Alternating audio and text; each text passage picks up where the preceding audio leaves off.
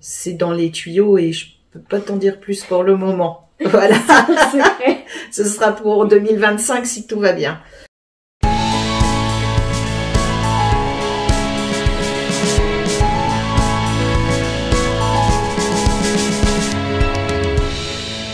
Alors, dans quel secteur vous travaillez?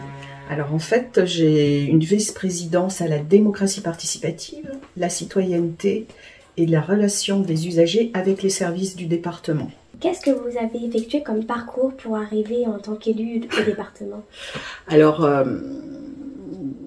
j'ai d'abord travaillé dans des services administratifs dans le privé pendant 17 ans et pendant 15 ans dans l'administration publique sur un pôle de recherche à Beaulieu. Et puis en 2018, je me suis dit, il faut que je m'engage.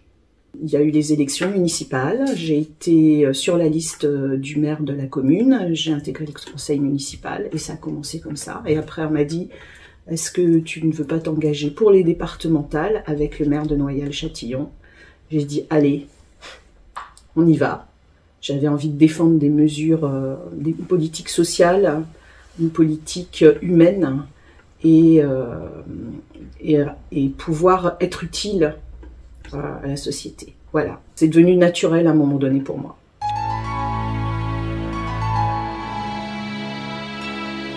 Et donc, en quoi consiste votre travail? Au niveau de la démocratie participative, quand j'ai été élue, le président Jean-Luc Chenu m'a demandé de mettre en place, dans un premier temps, le budget participatif départemental. C'était le premier. D'accord. J'ai travaillé avec les services de la démocratie participative. Ils m'ont appris beaucoup de choses parce que c'est mon premier mandat. Et donc j'ai dû apprendre. Voilà, on apprend toujours. Oui. Tout au long de la vie. Et qu'est-ce que ça signifie les mots budget participatif?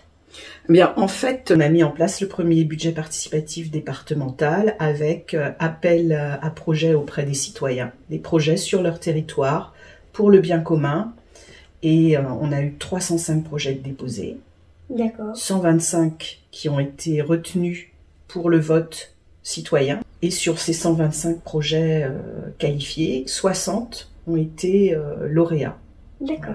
Voilà. On a eu des EHPAD qui se sont mis ensemble pour commander des triporteurs pour les personnes âgées. Il y a des potagers participatifs dans des centres-villes. On a des tiers-lieux. Des tiers-lieux, c'est des endroits où des jeunes, des adultes de tous âges viennent, partagent des intérêts communs. Ça crée du lien social et ça permet à tout un chacun qui ne se connaît pas forcément à la base, de se retrouver et de partager et d'apprendre, et ça crée vraiment du lien.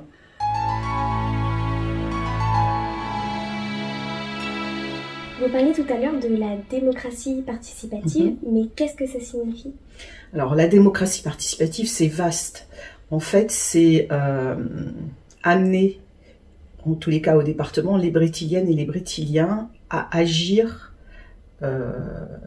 avec nous sur les politiques du département, à nous apporter aussi une vision différente de celle qu'on porte et réfléchir à ça. On travaille là-dessus avec le dialogue citoyen.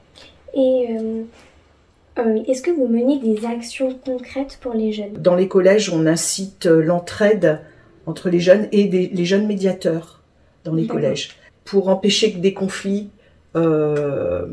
s'enveniment entre des jeunes dans les collèges. Souvent on voit bien, il y a des jalousies, des bêtises, mais ça peut aller très très loin parfois, jusqu'au harcèlement. Donc il y a une politique, on met en place des réunions pour expliquer les mécanismes du harcèlement et essayer de désamorcer ça. D'accord. Voilà. Et en fait, ma question s'était surtout posée sur votre mission au département. Moi, comme elle est transversale, c'est un petit peu quand on me dit tiens, qu'est-ce que t'en penses, on va travailler là-dessus ensemble. Dans les collèges, c'est la laïcité beaucoup.